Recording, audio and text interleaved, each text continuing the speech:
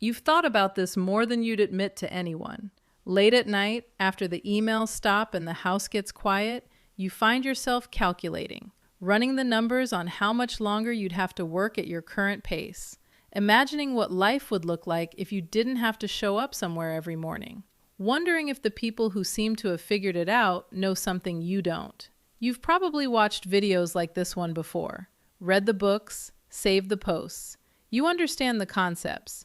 Spend less than you earn, invest the difference, let compound interest work its magic over time. And yet, the gap between knowing and doing feels impossibly wide. The savings account isn't growing as fast as it should. The retirement calculator spits out numbers that feel like a cruel joke. The vague sense that you're running out of time keeps getting louder, even though you're not entirely sure what you're running out of time for. Here's what I'd tell anyone who feels this way. Financial freedom isn't complicated. It's not reserved for people with higher incomes or better luck or some special knowledge that only certain people receive. The path is actually remarkably simple once you understand what it actually requires. What makes it hard isn't the strategy. What makes it hard is that everything you were taught about money, by school, by society, by well-meaning people who never achieved it themselves, is almost perfectly designed to keep you from getting there. This video is everything I wish someone had told me years ago. Not the surface-level advice you've heard 1,000 times, but the actual framework that separates people who achieve financial freedom from people who just think about it. Some of this will feel uncomfortable. Good. That discomfort is usually a sign you're hearing something you need to hear. Let's get into it. Before anything else, you have to actually believe financial freedom is possible for you specifically. Not just as an abstract concept, but as something you personally can achieve within a reasonable time frame. This sounds obvious, but it's not. Most people say they want financial freedom while secretly believing it's a pipe dream. They'll diet for a week while telling themselves they're just not one of those people who can stick with it. They'll start a budget while assuming they'll abandon it like every other budget before. The belief doesn't have to come first, but it has to exist somewhere. If you genuinely think financial freedom is impossible for someone in your situation, you'll unconsciously sabotage every strategy you try. You'll quit after a month. You'll convince yourself the approach doesn't work for people like you. You'll find evidence everywhere that confirms what you already suspected, that this is for other people, not for you. How do you build belief when you don't have it? You consume stories of people who did it, not the billionaires and tech founders. Their stories involve too much luck to be replicable. The people who went from normal salaries to financial freedom within 7 to 10 years. The teachers and nurses and mid-level managers who figured out what most people never do.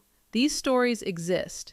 There are thousands of them. When you immerse yourself in enough of them, something shifts. What once felt impossible starts feeling like a pattern you could follow. A book a month, a podcast episode a day, whatever works for your schedule. The goal isn't just information, it's rewiring what your brain considers normal. After 6 months of consuming financial freedom content, the idea of working until 65 starts feeling insane. The idea of freedom within a decade starts feeling inevitable. That shift in baseline expectation changes everything that follows. But belief alone isn't enough. You need a reason strong enough to survive the hard parts. Financial freedom requires doing things that are uncomfortable for years before you see results. Skipping dinners out while your friends order another round. Driving an older car while your coworkers upgrade. Living in a smaller apartment than you could technically afford. Saying no to purchases that everyone around you seems to say yes to without thinking. These sacrifices are easy to make for a week, maybe even a month. But this isn't a month-long project. This is a multi-year lifestyle change. Without a clear reason behind the sacrifice, you'll quit the moment it gets hard, and it will get hard. There will be a night when you're tired and frustrated, and the credit card is right there, and the thing you want is right there, and the voice in your head says, "What's even the point of any of this?" In that moment, abstract goals like financial freedom won't save you. What saves you is specificity, knowing exactly what you're working toward. Knowing exactly what you're running away from. For some people, it's time with their kids, actually being present for the childhood moments instead of hearing about them secondhand after work. For others, it's escape from work they despise, the knowledge that they cannot spend 40 more years doing something that drains them of life. For others, it's the ability to travel, or to help family members, or to pursue creative work without worrying about whether it pays the bills. Whatever it is for you, it needs to be specific enough to feel real, emotional enough to matter when you're exhausted, clear enough that you can visualize it. Write it down somewhere you'll see it, not because writing it down has magic properties, but because you'll need the reminder when motivation disappears.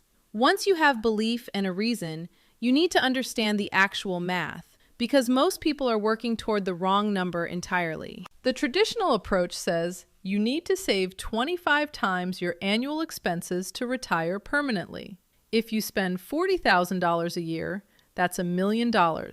If you spend $80,000, that's $2 million. You invest that money, live off the returns, and never work again. This is the FIRE approach: financial independence, retire early. And for some people, it works.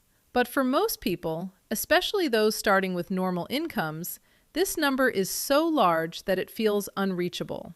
If you're making $50,000 or $60,000 a year, even aggressive saving might take 20 years to hit that target. By the time you're done, you've spent the best decades of your life grinding toward a finish line that kept moving further away. Here's what changed everything for me. Retirement is the wrong goal. The idea of never working again sounds appealing in theory. In practice, research shows that people who retire early often become depressed within months. The driven, ambitious people who achieve early financial freedom are usually the exact people who need something to work on. Complete retirement makes them miserable. So if full retirement isn't actually what you want, the math changes dramatically.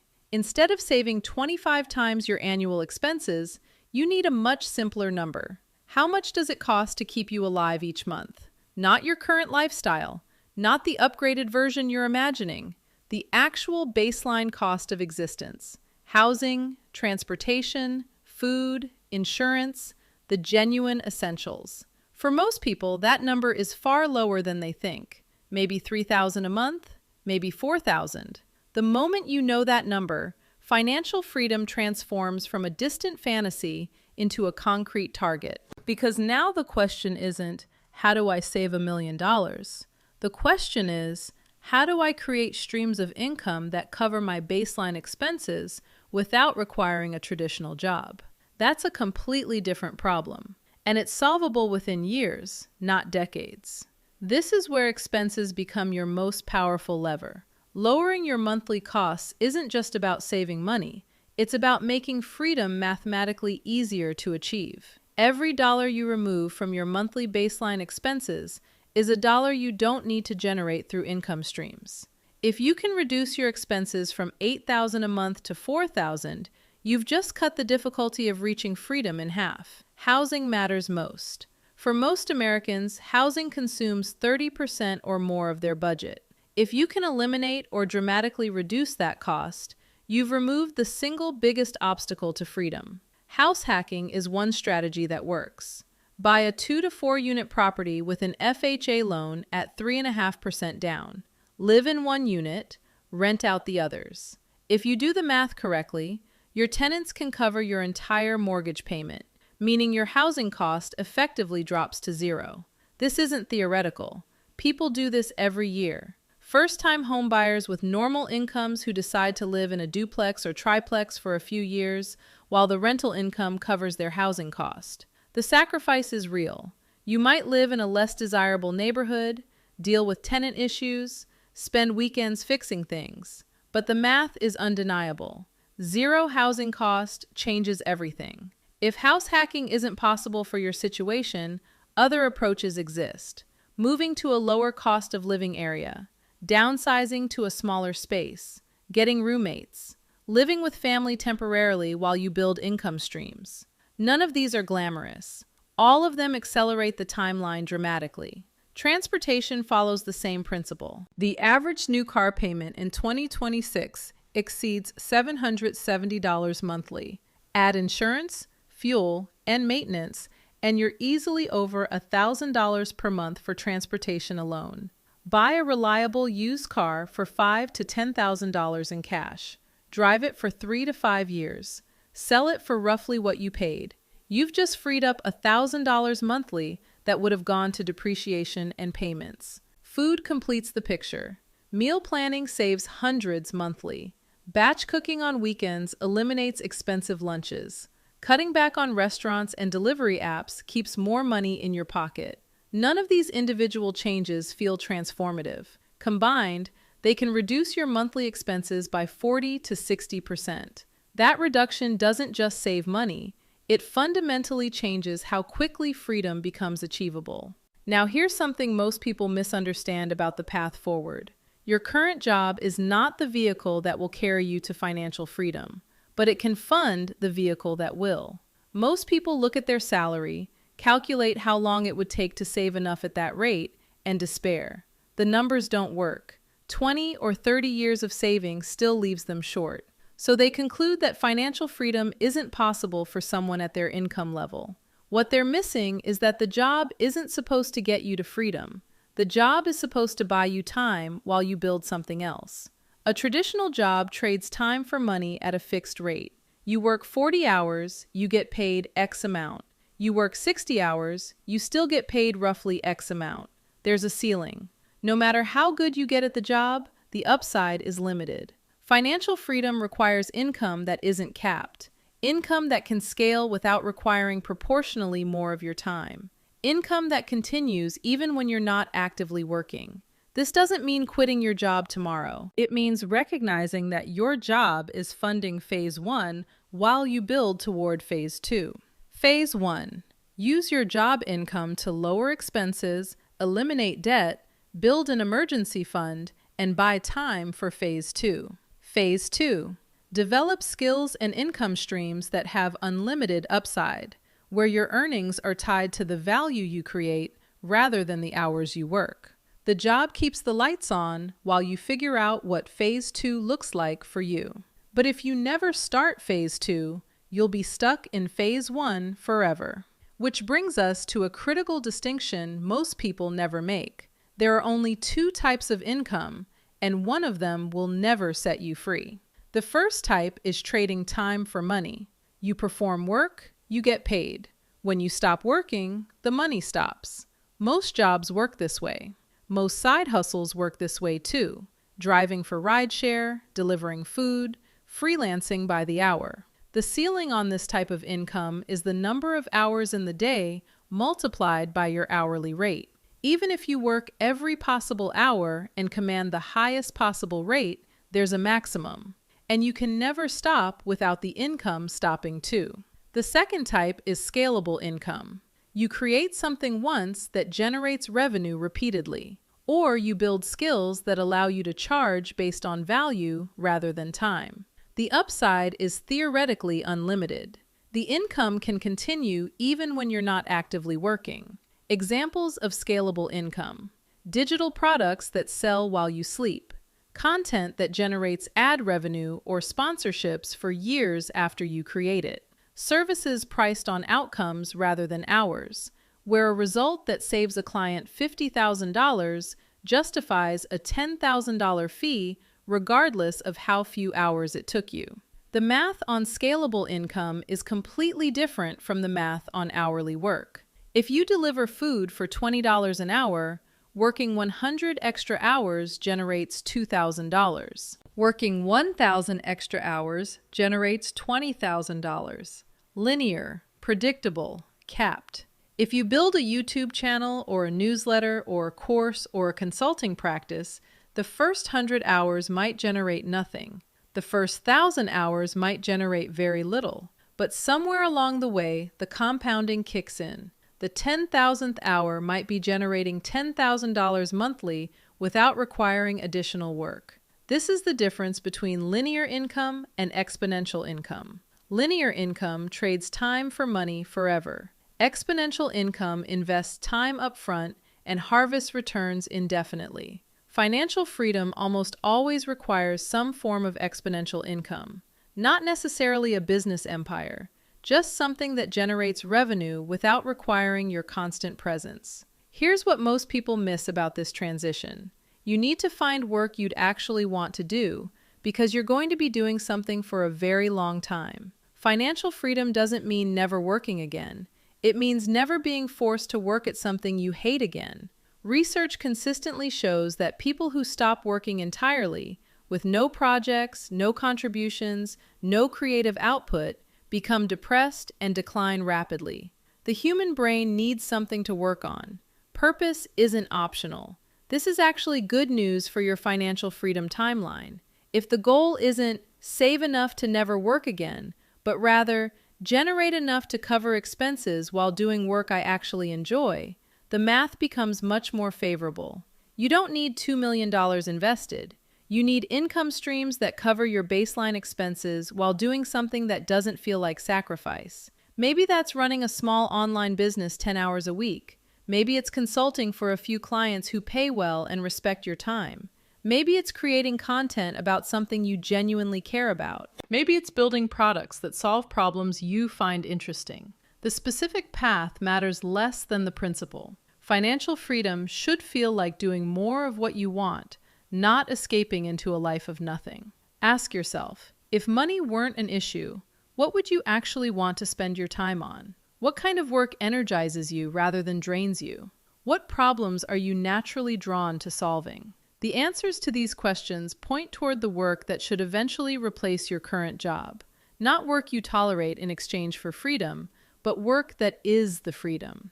At this point, you might be wondering whether any of this is actually achievable for someone without special talents or connections.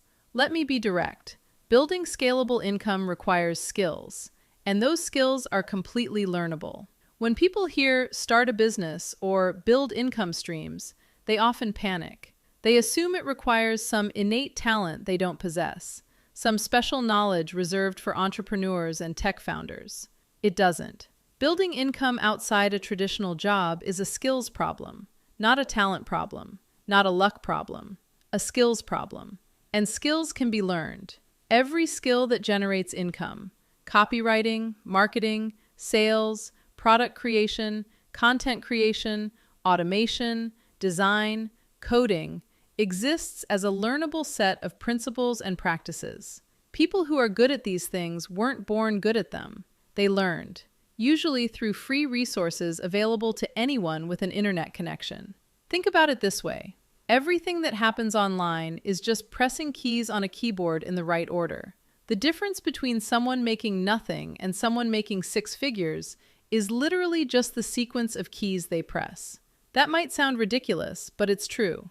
Jeff Bezos pressed certain keys in a certain order and built Amazon. Someone else pressed different keys and built a lifestyle business making $200,000 a year, working 20 hours a week. Both are just typing on keyboards.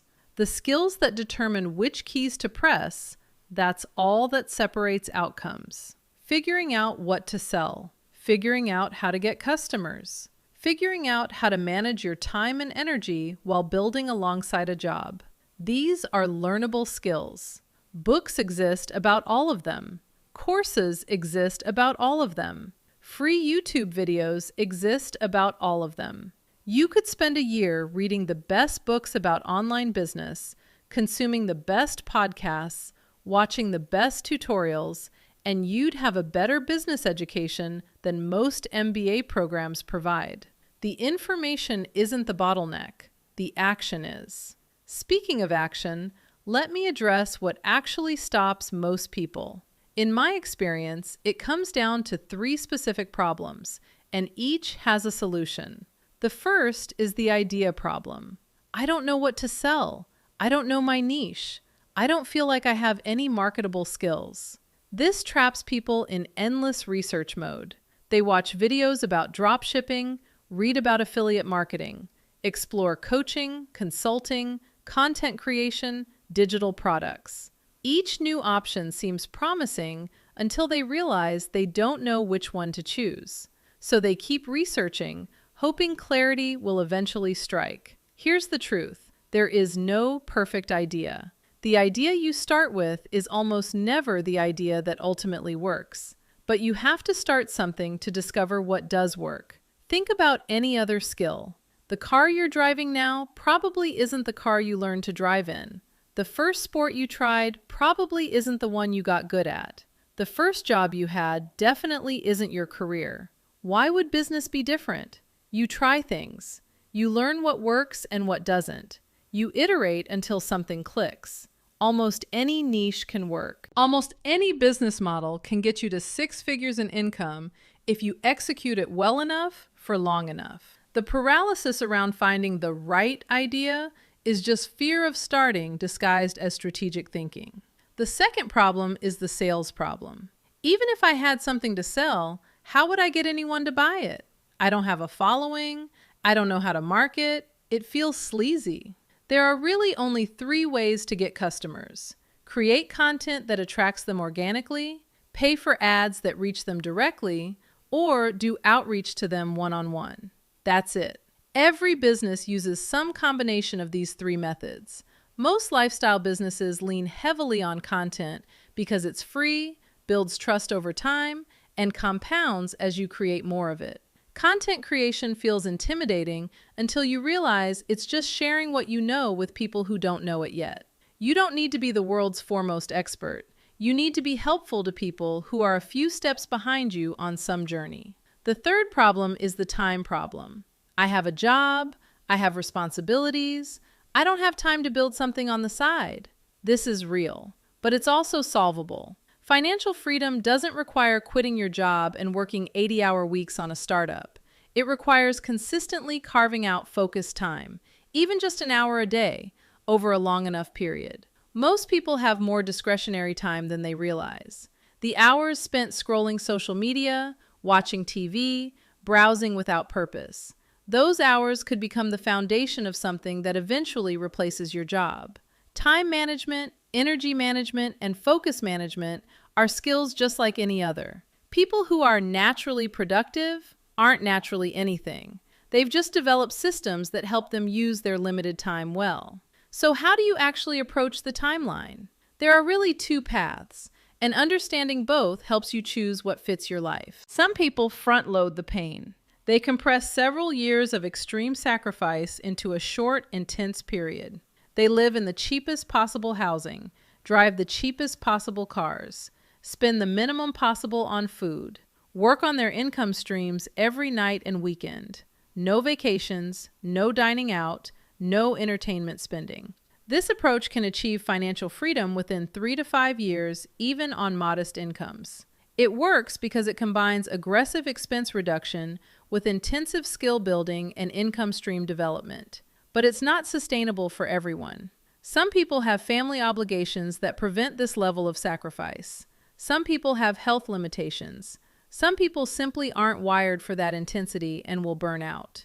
The alternative is a longer, slower path.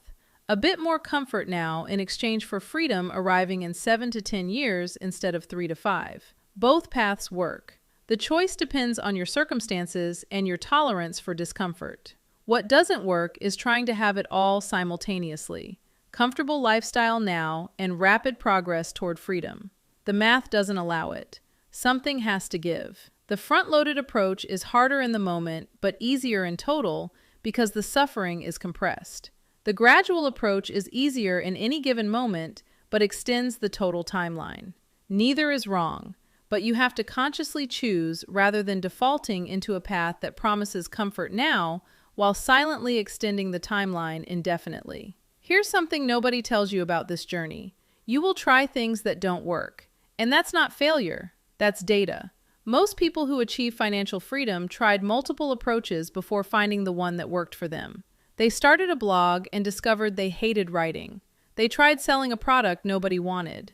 They attempted a service business that didn't scale the way they hoped. Each apparent failure taught them something about themselves, what kind of work energizes them versus drains them, about the market, what people actually want versus what people say they want, about execution, what actually moves the needle versus what feels productive but isn't. The people who never achieve financial freedom are usually the people who either never started anything or gave up after one attempt that didn't work immediately. Skills compound over time. The copywriting you learned for the failed blog helps you write better landing pages for the successful course. The marketing experiments you ran on the product nobody wanted teach you what resonates for the product people do want. The systems you built for the unscalable service business become the foundation for the scalable one. Nothing is wasted if you're paying attention and learning. This is fundamentally different from how school teaches us to operate. In school, you submit the assignment once, and it's either right or wrong. In business, you iterate continuously. The first version is almost always wrong. The 10th version is usually getting somewhere. The 20th version might be making real money. Expect to try multiple things. Expect most of them to not work out exactly as planned. Expect the thing that eventually works to be something you couldn't have predicted at the beginning. One thing that makes all of this dramatically easier is community. You can't underestimate how much harder this journey becomes when you try to do it alone. The people around you probably don't understand what you're trying to do. Some might actively discourage it. Others might support you in theory, while modeling behaviors that pull you back toward normal. Finding other people who are on the same journey changes the game. An accountability partner who checks in weekly on your progress.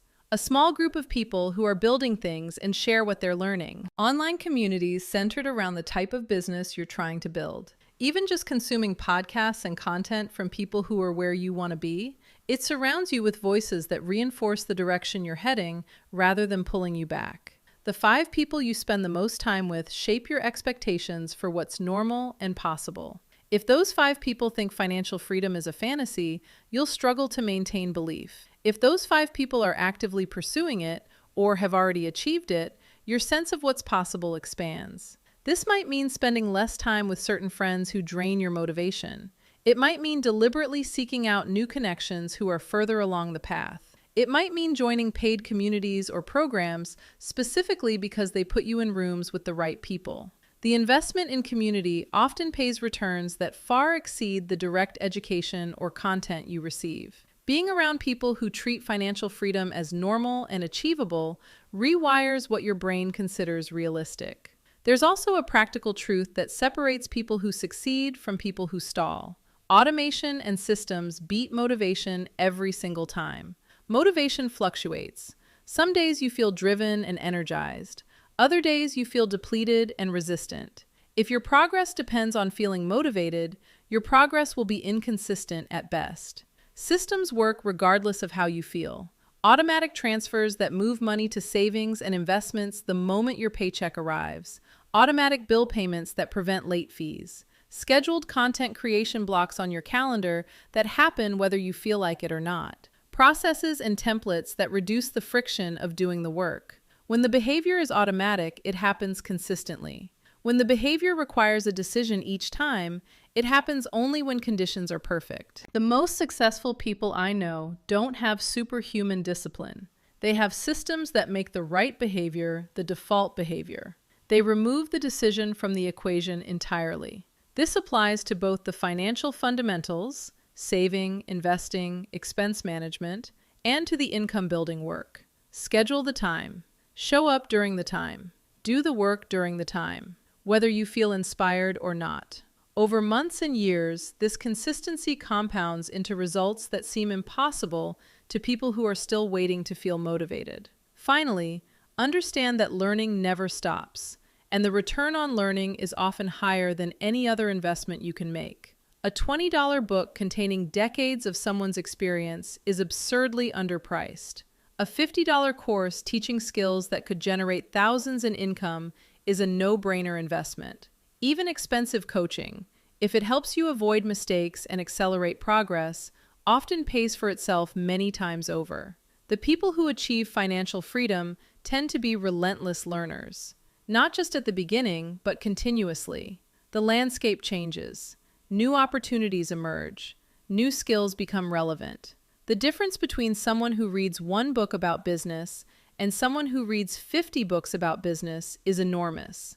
Not because any single book contains the secret, but because patterns emerge across many sources.